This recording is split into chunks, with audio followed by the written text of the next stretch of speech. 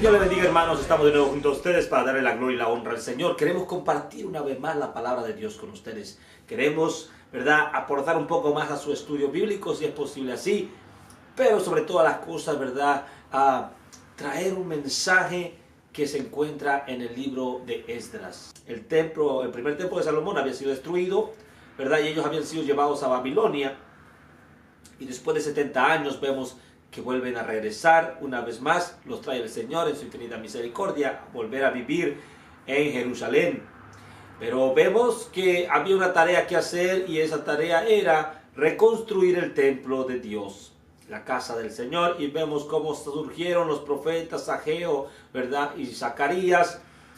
Vimos la oposición y vimos cómo terminó, ¿verdad?, y se reconstruyó el templo a pesar de todas los problemas y los conflictos que había, ¿verdad? Esperando que podamos compartir con usted un pequeño mensaje. Que el Señor le bendiga mucho a todos ustedes y muchas gracias y bendiciones.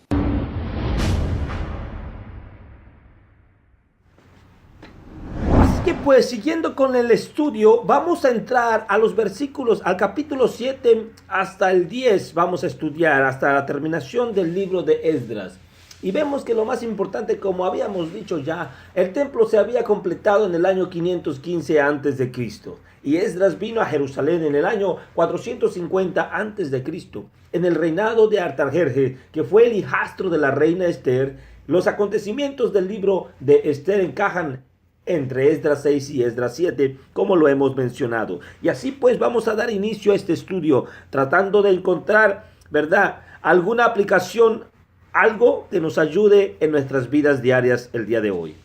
El sacerdote Esdras fue para enseñar a Judá la ley de Dios, para embellecer el templo y restaurar los cultos. El libro de Esdras, capítulo 6, versículo 1, así es como comienza esto. Y dice así: pasadas estas cosas, en el reinado de Artajerjes, rey de Persia, Esdras, hijo de Saraías, hijo de Azarías, hijo de Hilcías. El segundo retorno es lo que nos habla el capítulo 7 de Esdras. Y empieza con el rey Artajerjes. Como habíamos dicho, ¿quién es este rey Artajerjes? Una vez más, como lo habíamos mencionado, era el hijastro de la reina Esther. Así se ve en la historia bíblica. Esto nos ayudará a entender sus palabras en la carta. Cuando vemos a este hombre, Artajerjes, que envió una carta en ese momento y alentó a los levitas a volver, que es el momento cuando Esdras encontró a otros 38 que estaban dispuestos a ir con él. Esdras era el sacerdote bisnieto de Hilcías, el que 160 años antes había dirigido la reforma del rey Josías en Segunda de Reyes, capítulo 22, versículos 8. Fue de Babilonia a Jerusalén en el 453 a.C., como lo habíamos dicho, 80 años después de que volvieran los judíos de la primera vez con Zorobabel. Pero el templo dice que duró 21 años en construirse. Entonces 60 más otros 20 años son 81 años. Y es lo que estamos aquí viendo aquí. Esdras llegó a Jerusalén, a Israel, aproximadamente 80 años después que volvieron los judíos con Zorobabel en el primer regreso. 13 años antes que viniera Nehemías. Por eso es que el rey Artajerjes es el mismo en el tiempo de Nehemías y en el tiempo de Esdras. Ellos solamente llevan una diferencia de 13 años. Nehemías llega 13 años después. Era descendiente directo Esdras del primer sacerdote llamado Aarón. ¿Qué nos dice más la palabra de Dios acerca de Esdras? Esdras era un escriba, un dirigente en la ley de Moisés, nos dice. Era pegado a la ley de Dios. Se puede decir así, aunque a muchos no les gusta, el primer fariseo. Ahora bien, un buen fariseo. Y le concedió el rey, dice en el versículo 6 en adelante, y le concedió el rey todo lo que pidió, porque la mano de Jehová su Dios estaba sobre Esdras. La mano de Jehová su Dios, la mano de Jehová mi Dios. Esta palabra se repite constantemente en este libro de Esdras, que la mano de Dios está sobre Esdras. La mano de Dios está sobre Esdras. ¿Por qué la mano de Dios estaba sobre Esdras? Es lo que nos contesta el versículo 10. Porque Esdras había preparado su corazón, nos dice su palabra. Había preparado su corazón para inquirir en la ley de Jehová. ¿Qué es inquirir en la ley de Jehová? Escudriñarla, estudiarla, meterse bien profundo, como dice mi pastor, ponerse el traje de buzo y meterse a lo profundo de la palabra. Y dice más, y para cumplirla y para enseñar en Israel sus estatutos y sus decretos. Por eso es que la mano de Dios estaba sobre Esdras, porque en su corazón tenía el deseo no solamente de estudiar, de escudriñar, ¿verdad? Esto es hermoso y es bonito, sino de vivirla, vivir su palabra. Él sabía que el testimonio era importante para poder enseñar la palabra con autoridad. Nosotros lo vemos en nuestro Señor Maestro, en Jesús. Cuando Él enseñaba la palabra, dice que las personas decían, este enseña como quien tiene autoridad, este enseña con algo diferente. ¿Por qué? Porque Él vivía la palabra. Vivía la palabra. Y eso es lo que Esdras quiere hacer. Es lo que hay en el corazón de Esdras. Vivir la palabra de Dios. Cuando los maestros, los predicadores, estamos buscando vivir la palabra de Dios, tenemos estos tres elementos en nuestros corazones y hay el deseo de no solamente escudriñar la palabra de Dios solamente por buscar fama o buscar no sé qué cosa, ¿verdad? Cosas de este mundo perecederas, sino que tenemos el deseo de escudriñar la palabra y de meternos, aleluya, a estudiarla porque queremos compartirla, ¿verdad? Enseñarla tal y como es, pero sobre todas las cosas queremos vivirla. Porque si no la vivimos, entonces no sirve para nada. Como dice Pablo, entonces vengo a ser heraldo para muchos, pero al final vengo a perderme yo. Ese no es ningún buen negocio. ¿De qué le sirviera al hombre ganar, dice Jesús, todo el mundo y perdiere su alma? Así que aquí vemos 4 cualidades que nos permite, ¿verdad?, la palabra del Señor, el saber por qué la mano de Dios estaba sobre Esdras. ¿Por qué la mano de Dios estaba sobre Esdras?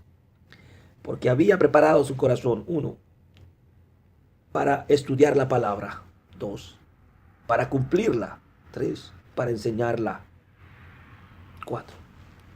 Después de esto tenemos una copia de la carta que le da el poder y la autoridad para llevar a cabo su misión. Es una carta con autoridad para los líderes y con mucho respeto para Dios. Esta carta está escrita en arameo y esto es lo que el rey le pide en esta carta a Esdras. En pocas palabras, para el rey esta era una de las tareas de Esdras. Esta era una de las tareas de Esdras. ¿Cuál era su tarea? Aquí nos dice el versículo 25. Así es como termina esta carta. Y tú, Esdras, conforme a la sabiduría que tienes de tu Dios, pon jueces, gobernadores, que gobiernen a todo el pueblo que está al otro lado del río, a todos los que conocen las leyes de tu Dios, y al que no las conoce, le enseñarás. Y cualquiera que no cumpliere la ley de tu Dios y la ley del rey, será juzgado, prontamente sea a muerte, a destierro o a pena de multa o prisión. Ahora, a partir de este momento, el texto va a empezar a tomar otra forma. Ahora va a estar en primera persona. Ahora va a ser Esdras quien está hablando. Cuando empezamos a leer, como que es alguien más hablando de Esdras. Pero ahora, de aquí en adelante, el libro empieza a cambiar y ahora es Esdras quien está hablando directamente por su propia boca. Cuenta su propia experiencia en este tiempo y lo primero que vemos es una oración de agradecimiento a Dios por todo lo que Él ha logrado, lo que Dios ha logrado. Bendito Jehová Dios de nuestros padres, que puso tal cosa en el corazón del rey para honrar la casa de Jehová que está en Jerusalén. e inclinó hacia mí su misericordia delante del rey y de sus consejeros y de todos sus príncipes poderosos del rey. Y yo, fortalecido por la mano de mi Dios sobre mí, reuní a los principales de Israel para que subiesen conmigo. Cuando Esdras llegó a Jerusalén, se encontró con una situación que le dio mucha angustia. El pueblo, los sacerdotes, los levitas y los líderes habían contraído matrimonio libremente con sus vecinas idólatras. Una cosa que Dios había prohibido a los judíos una y otra vez que hiciesen. Nosotros lo vemos desde el momento en que Dios les dice que los va a meter a la tierra prometida y que se cuiden de no envolverse con los que están en ese lugar, porque son idólatras y porque hacen abominaciones a Dios. Hacen abominaciones en contra de Dios. La forma de vida de ellos es desagradable delante de Dios y por lo tanto les dice que se cuiden y que no dieran sus hijos a ellos ni sus hijas a esos, ni sus hijos tomaran hijas de ellos. Quería conservar un pueblo santo. A esto hoy en día se le llama matrimonio fuera de la voluntad de Dios, yugo desigual. Y esta es una enseñanza tan grande, es la enseñanza en la cual se enfoca el libro de Esdras, en guardar a un pueblo santo para Dios. Y es que, ¿por qué Dios prohíbe esta situación? Vemos que lamentablemente el pueblo de Dios se dejó llevar por todas las formas de vida que le rodeaban, el paganismo, la forma de idolatría, una forma inmoral de vivir. Y esto es lo que a Dios le molestaba. Y varias veces los amolestó y les mandó profetas para que corrigieran sus caminos. Vemos que el rey Salomón se desvió por causa de esto. Hizo templos a sus mujeres que no le servían a Dios. Porque es fácil para un ser humano,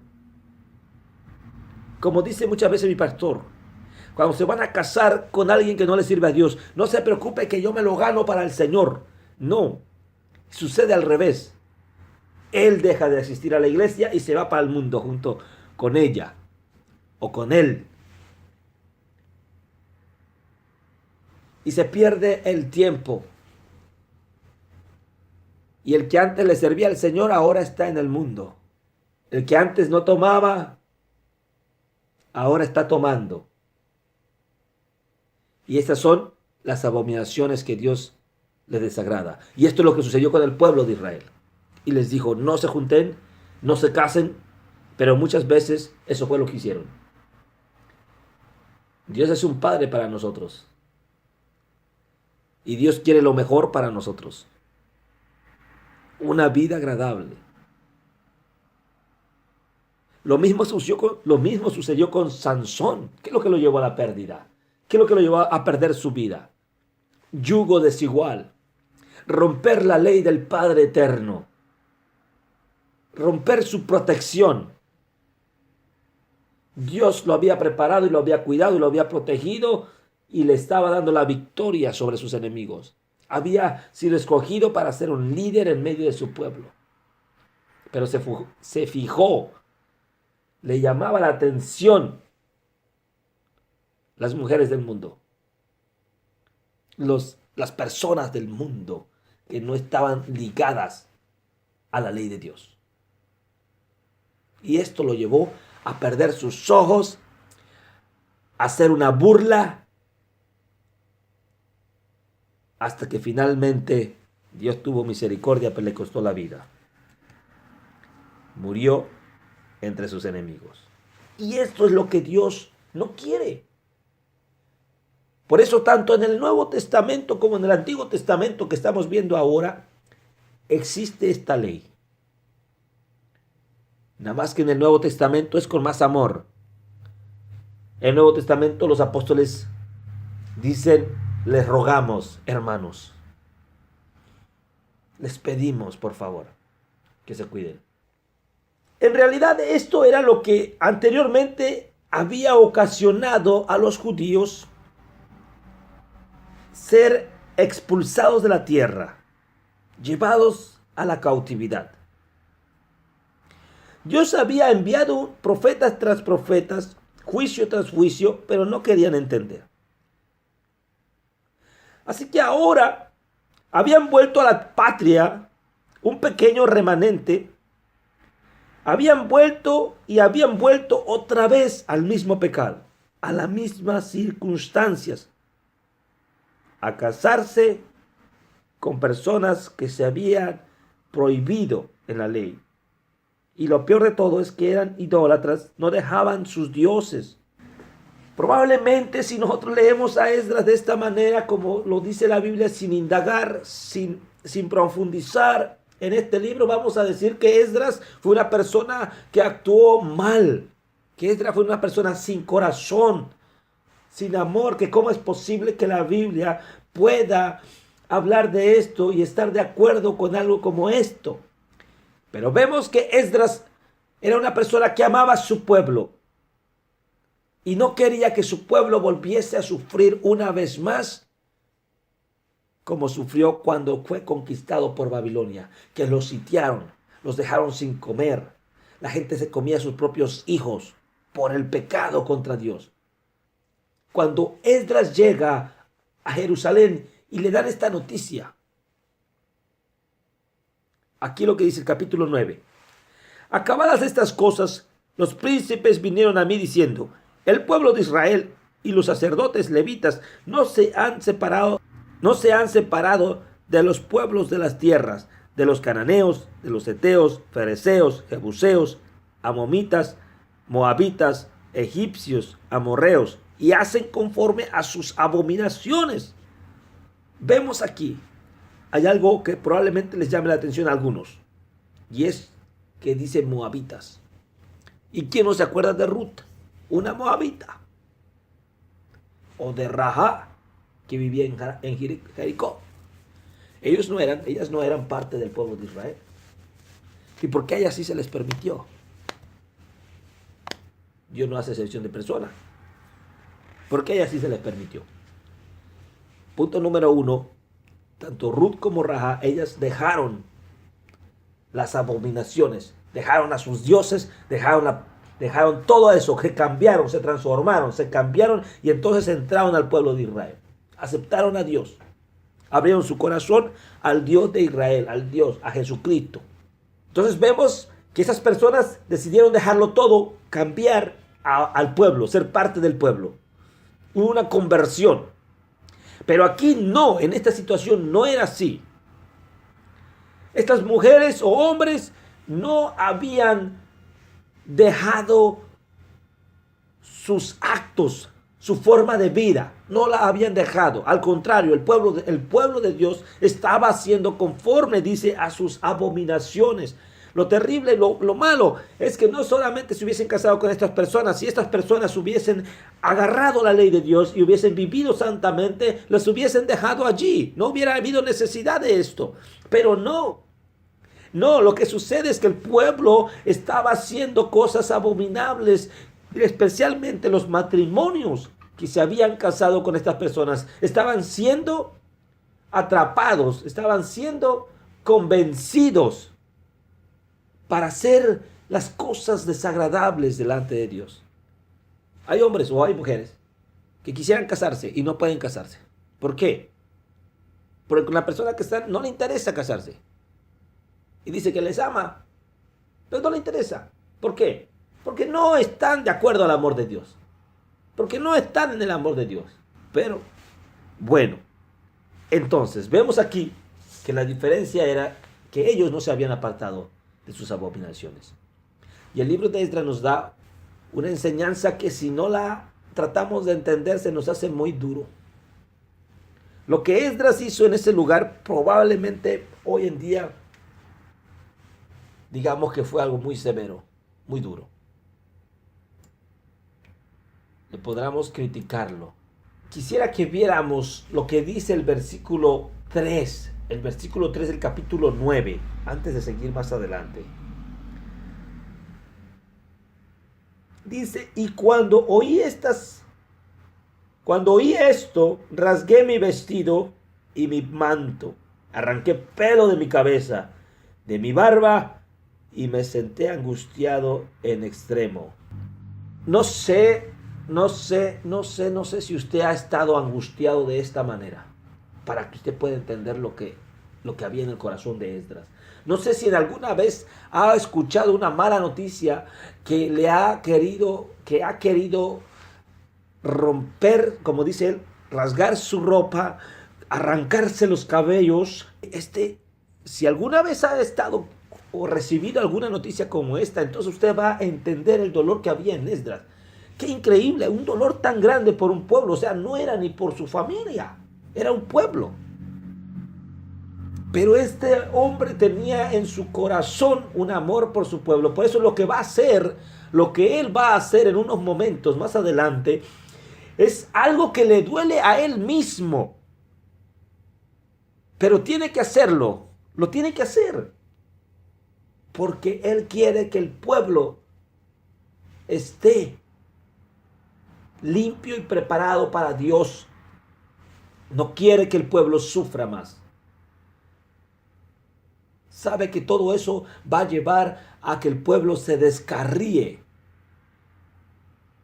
Y muchas veces estamos en un lugar donde se nos hace difícil poder detener el pecado. Vamos a suponer en nuestros hogares, en nuestras casas, con nuestros hijos o incluso con nuestros padres, porque hay hijos que se convierten a Dios y que después de estar leyendo la palabra se dan cuenta de las acciones de sus padres y se duelen, se afligen, porque después vienen y resulta que no hay dinero, que se rompe esto, que se rompe lo otro, que aquello, que lo otro, y que nada sale bien, y de repente empieza a ver el muchacho, la muchacha, los niños, que es porque sus padres no les sirven a Dios como debe de ser, y toda la casa está sufriendo por ese pecado. No hay quien estorbe el pecado. Y es difícil. Y esto es difícil. La palabra de Dios no es fácil. El sacerdote Elí era una buena persona, un buen sacerdote. Pero tuvo un problema con Dios. Y es que sus hijos no andaban conforme a la ley de Dios. Y Elí los dejaba entrar al templo, los dejaba entrar a ministrar, los dejaba ser sacerdotes. No les estorbó, ese fue el pecado de Elí, no estorbaras, no ponerse en medio y decir, ustedes no pueden tomar parte aquí. Ustedes lo que vayan a hacer, háganlo fuera de la casa de Dios. Este lugar es santo, no pueden hacer esto en esta casa. Y a veces es difícil para un padre poder decir estas palabras, poder actuar como actuó Esdras. Pero se requiere de mucho sometimiento a Dios para que Dios ponga la fortaleza, y por mucho que usted le hable fuerte a sus hijos no se descarríen, sino que se ajusten a la palabra. Pero primero se requiere mucho sometimiento. Mira lo que pasó con este hombre. Se sentó angustiado en extremo, estuvo delante de Dios, llorando, angustiado, pidiendo perdón, sabiendo el gran dolor que el pueblo estaba causando a Dios, y estaba pidiendo misericordia. Su dolor fue tan grande, tan intenso, tan obvio, que la gente que pasaba y lo miraba, lo escuchaba llorar. Fíjese lo que pasó en el versículo 6. Cuando él hace su confesión y dice, y dije, Dios mío, confuso estoy, avergonzado estoy para levantar. Oh Dios mío, mi rostro ante ti, porque nuestras iniquidades se han multiplicado sobre nuestras cabezas y nuestros delitos han crecido hasta el cielo. Él no había pecado, él estaba bien. Pidámosle a Dios sabiduría para que nos ayude a administrar nuestro hogar, nuestra casa de una manera con gracia, con amor, pero también firme, para que lo que no está bien no entre a la casa. Que cuando empezamos a caminar de la mano de Dios, Dios es el que pelea por nosotros la batalla y ninguno se va a ir, ninguno se va a descarriar. Dios lo va a guardar, Dios lo va a hacer entender. Pero tengamos que estar bien metidos con Dios. Porque esta batalla y esta guerra no es con espada. Lo vimos en el capítulo, en el estudio anterior, vimos que esta batalla y esta lucha no es con fuerza, ni es con ejército, sino con el Espíritu de Dios. Lo dijo Zacarías. El matrimonio con impíos está estrictamente prohibido en la ley de Moisés, como lo hemos hablado. También en el Nuevo Testamento lo dice así. No, Segunda de Corintios 6:14, no os unáis en yugo desigual con los incrédulos, porque ¿qué compañerismo tiene la luz, la justicia con la injusticia? ¿Y qué comunión la luz con las tinieblas? Así que vemos a un sacerdote haciendo una intercesión por su pueblo. Es un hombre que aprendió que con Dios no se puede jugar. Así que tomó una decisión que para muchos, como dije, sería cruel, pero en su tiempo fue eficaz. Es más, la palabra de Dios dice, el hombre, el padre, que no corrija a su hijo, no le ama. Y Dios corrige. Y Esdras tuvo que corregir este error. Con mucho dolor, había mucho dolor. Y es que cuando una persona se une con alguien que no le sirve a Dios, en ese hogar hay dolor. Hay mucho dolor. Pero quiero llegar al capítulo 10. Mientras oraba Esdras y hacía confesión llorando y postrándose delante de la casa de Dios, se juntó a él una muy grande multitud de Israel, hombres, mujeres y niños, y lloraba el pueblo amargamente. Vemos aquí, como les dije, era notorio su dolor, su intercesión, sus lágrimas, sus llantos, su clamor. La gente fue movida y se fue a arrodillar con él. Se fueron a llorar con él. Reconocieron que estaba mal. Aún los niños estaban llorando. Esto se le llama en otros lugares avivamiento. Se le llama convicción de pecado. Es cuando el Espíritu Santo viene y entra dentro de ti, aún en los niños. Y empiezan a llorar porque saben que le han fallado a Dios. Que somos pecadores. Y que su misericordia es grande sobre nosotros. Que tenemos más de lo que merecemos. Y que no nos ha pagado conforme a nuestras iniquidades. Porque si Él nos pagara conforme a como nosotros nos comportamos con Él, entonces ya no estaríamos vivos. Ya desde cuándo hubiésemos sido destrozados por la mano de Dios. Pero Él tiene misericordia. Y dice que esto fue grande. Esto se le llama avivamiento. Avivamiento no solamente es brincar, correr, saltar y hacer un escándalo. No. Eso lo vamos a ver más adelante, pero eso es parte del avivamiento. Pero avivamiento es la convicción de pecado, cuando el hombre llora, cuando el hombre entiende, cuando las personas son tocadas sin que nadie les diga nada, sino que el Espíritu de Dios entra al corazón de las personas y ese Espíritu es el que redarguye el corazón y lo limpia, y entonces toda la maldad empieza a salir y sale con lágrimas. Y después viene el gozo, después viene la calma.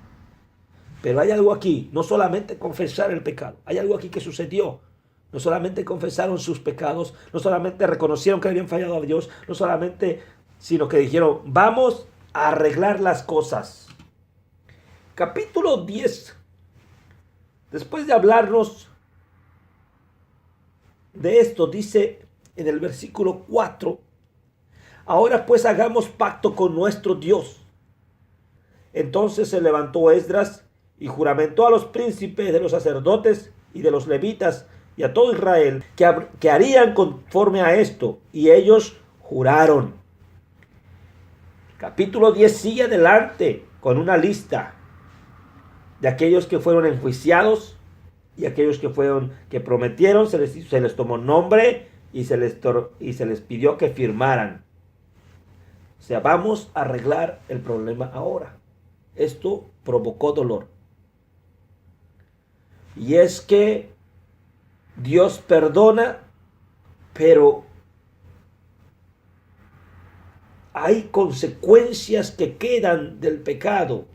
Y a veces esas consecuencias duelen, son dolorosas. Y esto fue lo que sucedió aquí. Esdras era un personaje fascinante. Su nombre significa literalmente ayuda. Y eso es lo que el pueblo necesitó en ese momento. Alguien que les ayudara a mirar el camino donde estaban andando. Vamos a ver más adelante a Nehemías, y Nehemías significa consuelo. Y tanto ayuda como consuelo son necesarios. No cuesta mucho llorar por sus propios pecados cuando uno es expuesto. Pero llorar por los pecados de otro indica un nivel espiritual un poco más sensible, un poco más allá. Esto fue solo el comienzo de las reformas que tuvieron que hacer para limpiar y corregir la vida de los nuevos habitantes de la santa ciudad. Y con estas palabras termina el libro de Esdras. Y yo creo que con estas palabras también vamos a terminar nosotros, hermanos. Espero que este estudio les haya servido de bendición. Queremos traer la palabra tal y como es y como Dios nos las pone en nuestro corazón. No somos grandes maestros. No hemos ido a ningún seminario. No buscamos nada material, sino compartir la palabra de Dios. Compartir su palabra, y espero que sirva de bendición. Sobre todo que pueda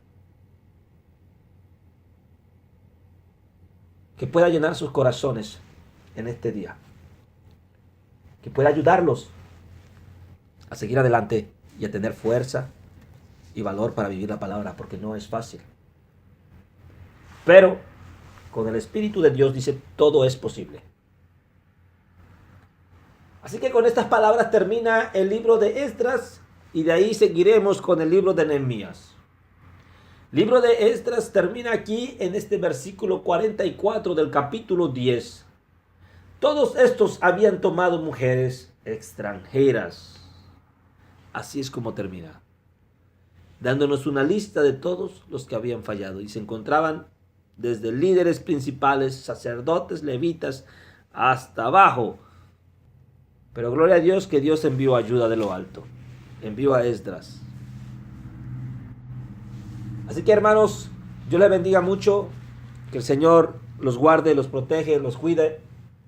Y nos estaremos, ¿verdad?, comunicando una vez más, si Dios lo permite así, en el próximo estudio de Esdras y Nehemías. Y hablaremos ahora del tercer regreso, hablando de Nehemías. Yo creo que el próximo estudio será un poco más largo, pero le damos la gloria a Dios. Trataremos de enfocarnos en las cosas más importantes. Hermanos, que el Señor les bendiga a todos.